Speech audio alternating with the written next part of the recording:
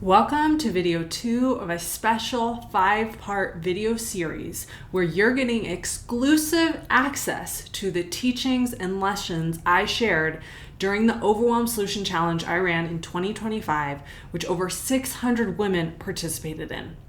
Last week, you got access to the first video in that challenge, which was talking about what causes overwhelm and how to reduce overwhelm. And in this video, you're going to learn how to get more done in less time.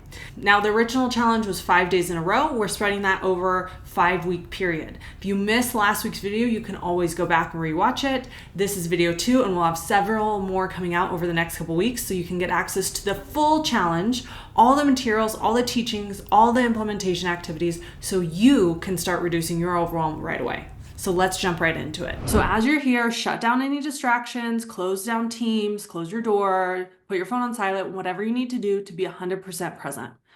You have shown up live because you know something needs to change, because you know deep down somewhere that it is possible to feel better, to have more balance. And this is how you're going to get that. So I want you to make the next best decision and participate and be active. So what did we cover yesterday? Those of you might have missed it, but just as a brief overview, we talked about how to reduce your overwhelm. That overwhelm is really a result of our thinking. It's not our job. It's not our to-do list. It's not our boss. It's not even the layoffs that are happening right now, which I know sometimes is hard to hear. We're not denying that those things are challenging, right? But the overwhelm we feel is a result of what we're thinking, because our thoughts create our feelings. And as I said many times yesterday, this is really, really, really good news.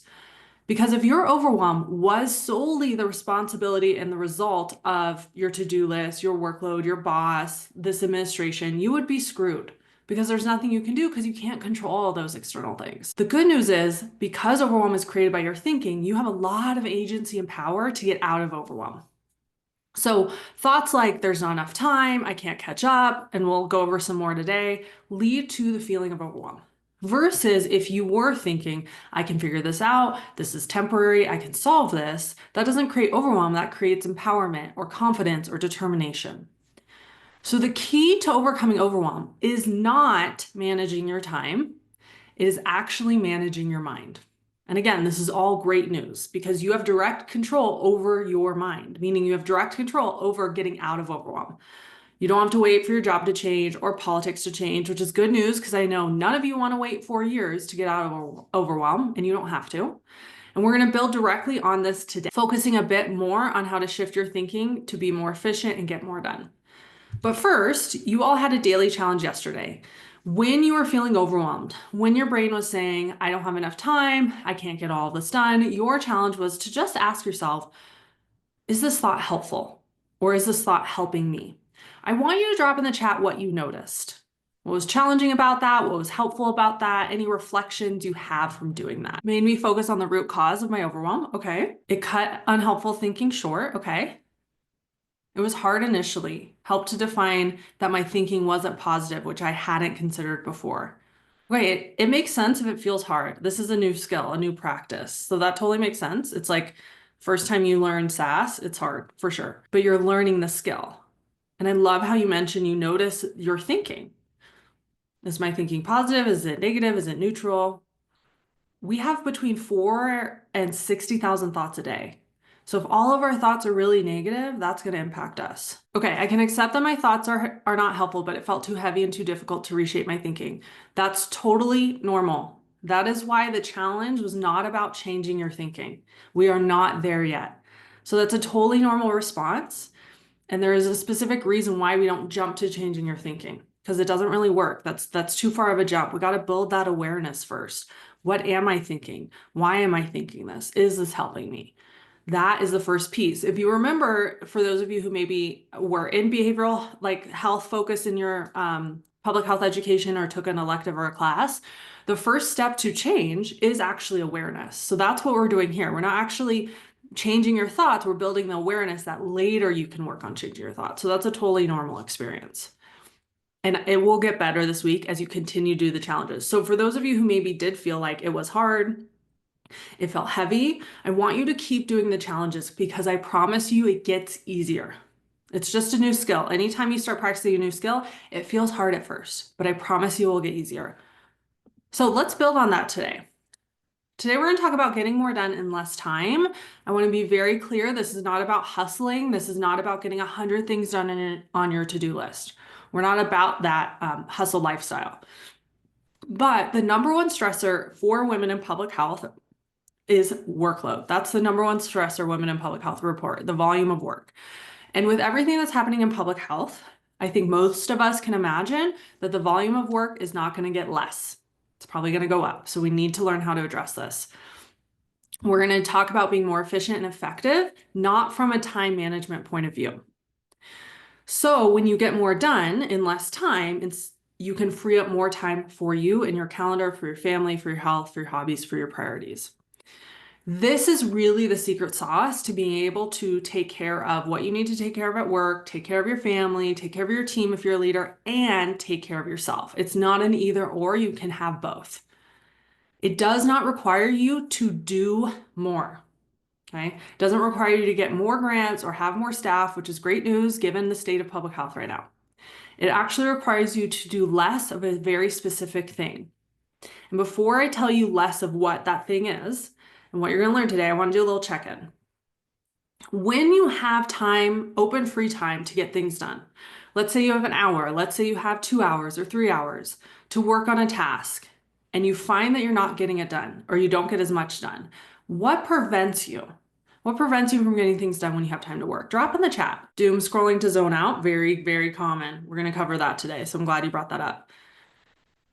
My brain is a mush halfway through my day. Okay, so what I'm going to teach you today might explain why, actually. It's probably going to give a lot of clarity why your brain feels kind of like a mush halfway through the day. Focus, urgent requests. Okay, that's very similar to interruptions, right? Yeah, someone else said constant interruptions, competing priorities, juggling multiple projects, creating brain mush, the overwhelm, anxiety, having multiple interruptions, coworkers talking about other things. So it's another form of interruption, distraction, triaging always, and then brain mush. Lots of brain mush. Okay. Feel immobilized, always working ahead as far as I can and wears me out. Okay. So yes, these are all very common. And what you're going to learn today is really going to contextualize why you have this experience and what to do about it. Someone says, when I start something I want to finish, having several things going at once makes it difficult. Yeah, very, very common, right? Here's the truth. We all start the day with the intention of getting everything checked off of our list or every task done and feeling accomplished by the end of the day. And I want you to imagine really leaving the day with a sense of satisfaction, knowing you've done the right things, you've left work at work. Emails, meetings, unexpected requests, urgent requests, people interrupting you, those are part of the job no matter where you work, no matter what sector you work in. We can't eliminate those. Those will happen. But you do have the power to manage them more effectively and efficiently and manage their impact on you and your efficiency. You can handle staff interruptions without losing focus. You can be in control of your day and leave work at work and feeling accomplished at the end of the day. And you can do that without doubting yourself or feeling like you're behind. We're going to talk about that today. So let's talk about your brain's motivational center. So this is really important to understanding what is happening and all the examples you all gave me of why it feels hard to get work done. This is really one of the keys to reducing your overwhelm and your stress in your workday. Here is why. Your brain's motivational center really is driving the majority of your decisions and your actions without you even realizing it. It also really is directing the way you are responding to challenges, responding to distractions and tasks. That's really highly influenced by this motivational center. And we want to understand this center so we can better utilize it to have a better experience getting work done. When we understand our brain's motivational center, here are the things you can do. Number one, you can overcome indecision and confusion.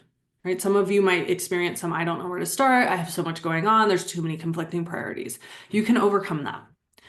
The other thing you can do is you can stop procrastinating, right? A lot of times our brain wants to focus on very small tasks that feel easy and manageable or sending emails, but then we avoid the big tasks. Or we go to doom scroll, as some of you mentioned, right? So understanding your brain's motivational center will help you stop doing this. It will also help you focus even with distractions. So whether that's emails or urgent requests or team interruptions, or if you're working from home, interruptions from your partner or your kids, you will be able to stay on track even with those new requests, urgent requests, interruptions. So you can focus and get more done in less time. So our brain is really motivated by these three core factors: avoiding pain, so protecting ourselves from discomfort or harm; seeking pleasure, pursuing reward, satisfaction, comfort; and conserving energy, so minimizing effort to avoid exhaustion. Now, some of you looking at this might be like, well, I feel exhausted all the time, so this isn't working. I'm going to explain what is happening and why that is happening in just a second. But I do like to contextualize this part of our brain. This part of our brain that we're talking about today really evolved over thousands, hundreds of thousands, millions of years to keep humans alive. So think of our ancestors thousands of years ago who were hunter-gatherers. Avoiding pain really kept us from physical harm that could kill us. Seeking pleasure helped us find food, helped us stay alive, helped us reproduce the human race and continue it. And conserving energy really helped us ensure we had the strength and the energy to outrun predators. All of these things helped humans stay alive. And this part of our brain still exists today, and we want it to still exist today. Because if a bus is coming at us, we want this part of our brain, this motivational center, to turn on. Because these essentially are our survival instincts. We want them to kick in and get us to safety. But here is the catch. This part of your brain is really only supposed to be turned on in making decisions when you are in an immediate life or death situation, when it's truly about like life or death survival. And what happens in modern day for all humans, we all experience this, is this part of our brain is actually turned on and activated way too frequently. And it ends up making decisions at work when it should not be. Because for most of us, if we're here, we're not being chased by a lion at work, or a bus is not driving directly at us. There's no immediate life or death, I'm going to die potentially in this moment in the next 10 seconds situations for most people. Even if you are concerned about grant funding or furloughs or policy changes, right? This part of your brain should really be turned on and activated only when it's that immediate life or death in the moment scenario. So what happens when this part of the brain is responding to the challenges you're facing, like workload, urgent requests, the news happening in public health, it actually gets in the way of you being able to problem solve, to think creatively, to follow through, and to stay focused. And that's why you end up procrastinating, distracting yourself, avoiding tasks. So let's talk through what this looks like in a day-to-day example. So let's say the avoiding pain part of this brain center. Here's how your brain can be trying to avoid pain at work. Let's say the challenge is you're a new manager and you're prepping for your first performance review of staff. Even if you're a long-term tenured manager, you could think of this as with a staff who's combative, right? Anytime there's kind of a challenge.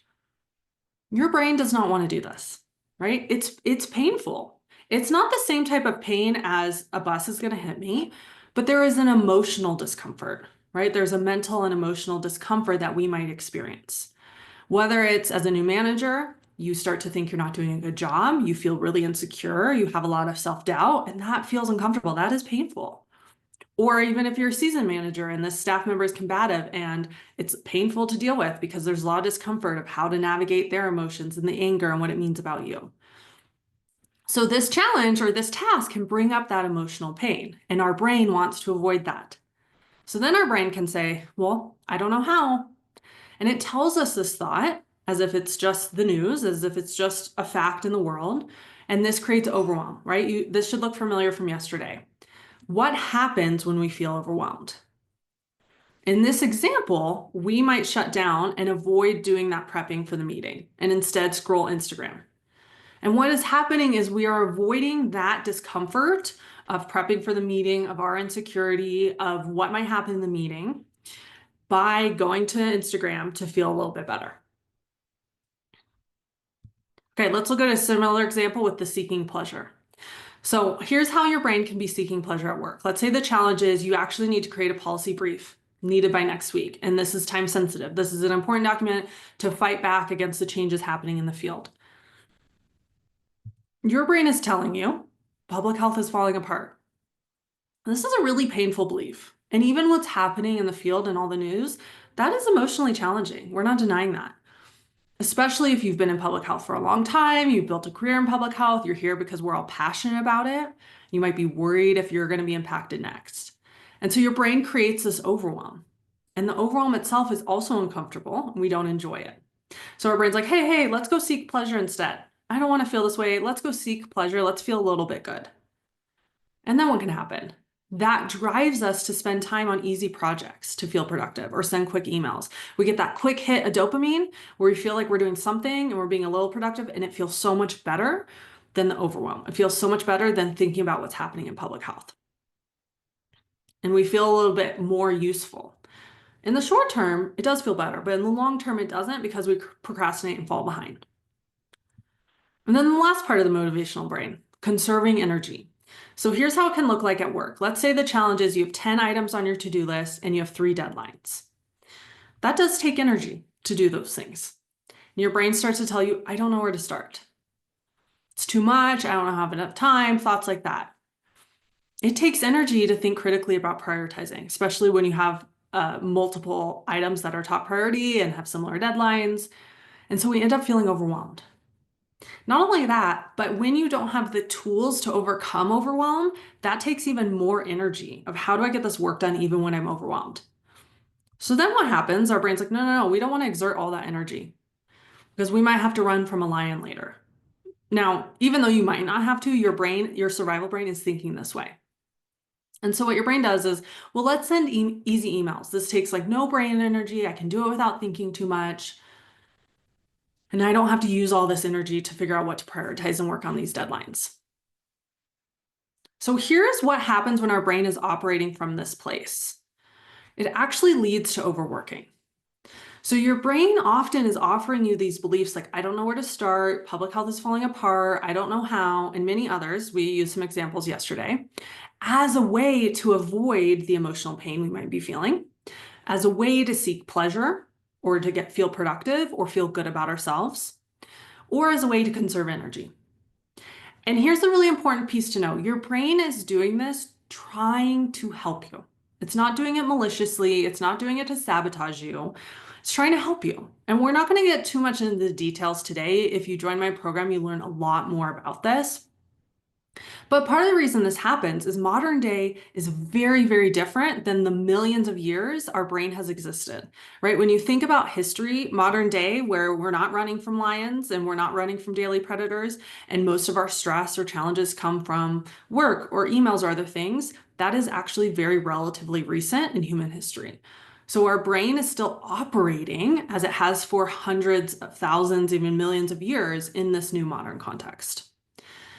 So we won't get too much into the weeds there, but I like to give that context. So what happens is in the short term, you might feel a little relief from overwhelm, but in the long run, it leads to procrastinating, working on non-urgent tasks, not prioritizing your work, distracting yourself, which then leads to falling behind, not getting work done, making mistakes, wasting time, working late, or working through lunch. And those of you who mentioned like that brain mush, this is also part of the reason you experience that, because what's happening in your brain, whether you're aware of it or not, is your brain's motivational center is really lit up and responding to everything. And that takes energy, a lot of mental energy, and that can create that brain mush. And what ends up happening is things actually get more difficult for you later. Now, again, I don't want you to start thinking about your brain as the problem. Your brain is not the problem. It's trying to help you. It's just misfiring. Right? We can almost think of it as a faulty smoke detector that keeps going off when you just have a bagel in the toaster. We just got to readjust things. And this is you learning how to be in charge of your brain and your brain's motivational center instead of it being in charge of you. And that's what you're learning this whole week. You've actually already started to learn how to do that. We started learning that yesterday. You didn't even realize it. So you're already doing this. So here's today's daily challenge, and this builds on yesterday, and I want to be very clear. We are still not changing your thoughts. We are not there yet, okay? We are still just exploring and building awareness and understanding our brain and getting to know our brain and seeing where we have agency and power and control over our brain. So your daily challenge is to ask yourself, what if this thought isn't true? So when you're trying to work and your brain says, I don't know where to start, I don't know how, there's too much to do, I can't get all this done, or any other thought like similar to that, Ask yourself, what if this isn't true? The goal here is not necessarily to argue like what is true and what is not. It's not to change your thought. The goal here is simply to create some separation between your thought and you and your awareness of it, to create some space that we can then build on, so you are not automatically reacting and responding and operating from your brain's motivational center. It gives you that space so that you can make more intentional decisions, so you can take actions from a different place. I want to remind everyone that everything you're learning this week, including this daily challenge, is not about me saying you have to think this, you have to feel this. It is about you realizing, recognizing, learning where you have agency and power and control over how you feel, over how you show up to the challenges you're facing, because you have a lot more agency and control than you've realized. And this is all with the purpose for you to be able to help yourself, to help you overcome challenges, to help you prioritize what matters to you, to help you feel less overwhelmed and feel happier or more joyful or more confident. When you make the decisions intentionally of what to think and what to feel, it has so many positive impacts on your life. So here are just a few examples. As those of you who yesterday, I shared in my program, we do an assessment, the beginning, middle, and end, so we can track progress. And here are some aggregate data from the program, just so you can see what's possible for you. So within about 3 months, that's the halfway point in the program, women report 25% less skipping lunch. Why? Because they no longer need their lunch hour to get work done. They're not procrastinating. They're being much more efficient and effective. They also report less anxiety and dread about work, about a 30% decrease, because they're finally no longer behind, chronically behind, and they get their nights and weekends back because of that. About 50% decrease in working nights and weekends. The impact is tremendous.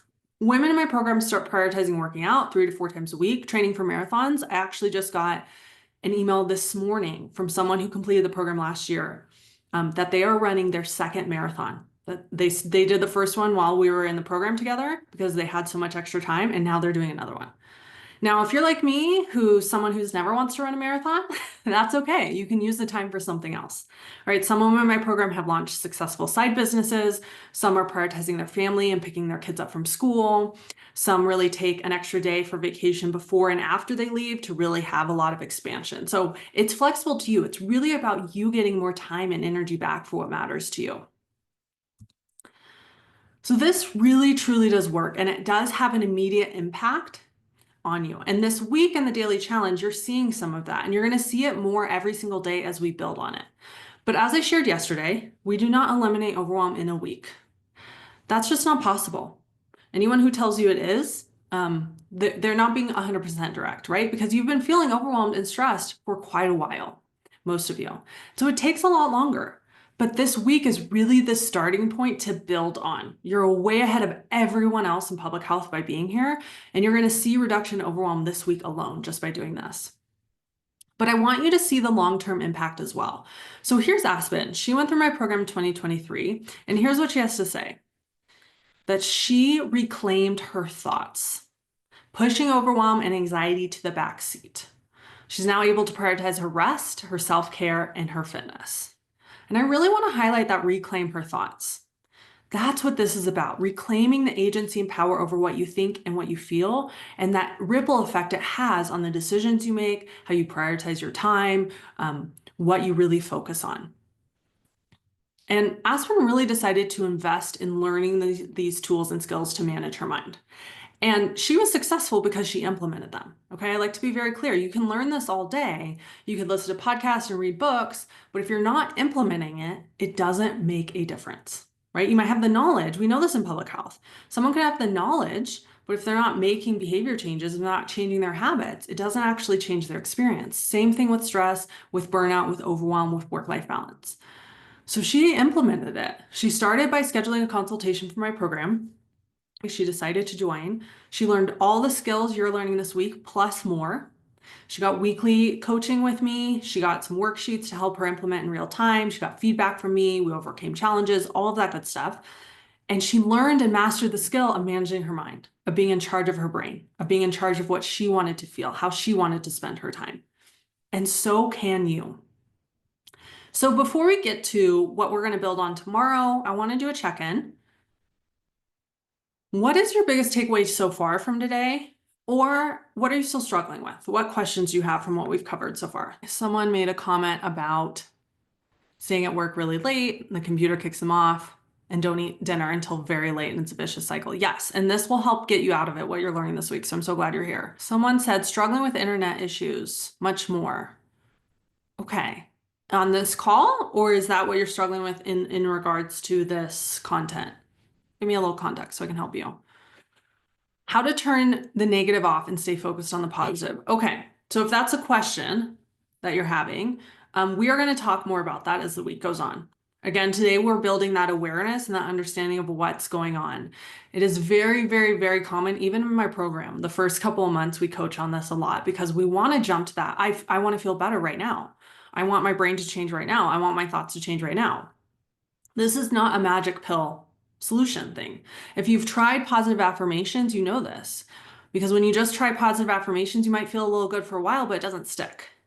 And that's because that mechanism doesn't work. You have to build the awareness of what your brain is doing right now and then start to change it. So we will get to that, I promise. And it's very common if you feel a little like antsy about making the changes right now. Still struggling with dealing with the mountains of uncertainty that are increasingly affecting my work life. Okay, so here's what I'd recommend. Uncertainty is also a feeling created by your thoughts, similar to overwhelm. So I would look at what are the thoughts you are thinking. So I'm guessing this has to do with like the layoffs, the furloughs, the the grants being terminated. Those are the challenges. What are your thoughts? When those challenges are happening, what are you thinking?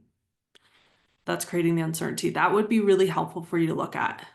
Someone saying, I can be in control of my day. You totally can, even if things outside of you aren't in your control.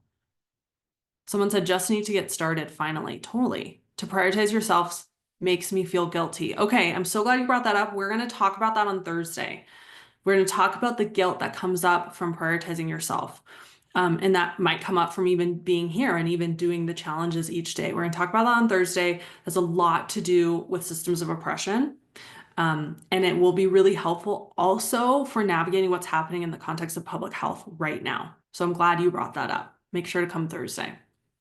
Okay, so here's what we're going to build on tomorrow. Tomorrow, we're going to build on what you learned today to create more free time, to be in control of your free time and use it the way you want. To be present with your kids, to make time for working out, to enjoy your evenings at home, whatever it may be. Specifically by taking control of your free time. How do you stop thinking about work when you're not at work? How do you enjoy your nights and weekends without feeling dread and anxiety about work? Someone said CBT classes were too complicated for my ADHD brain. You seem to explain things in simply the skills and process.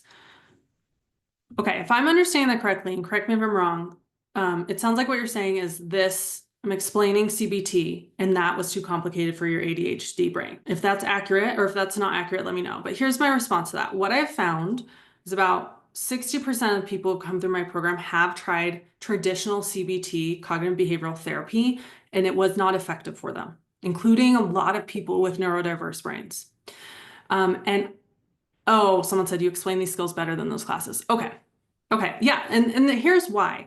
Often, if you're familiar with CBT, cognitive behavioral therapy, or you've been to therapy and you've probably experienced it without realizing it, in therapy, and I have a therapist, I support therapy, but it's really set up where the therapist is just guiding you, where coaching is really you're learning the skills and tools. And you're doing it by learning a bit about how your brain functions. I think that piece is missed a lot in this traditional CBT. How does your brain function? Why does this method work? The other thing that we're not going to go over this week, and I know we're a minute over, so if you have to jump off, feel free to, that we're not going to go over this week, but is a huge component of the coaching program, if you decide to join, is actual self-coaching tools that you learn and can use for yourself on your own.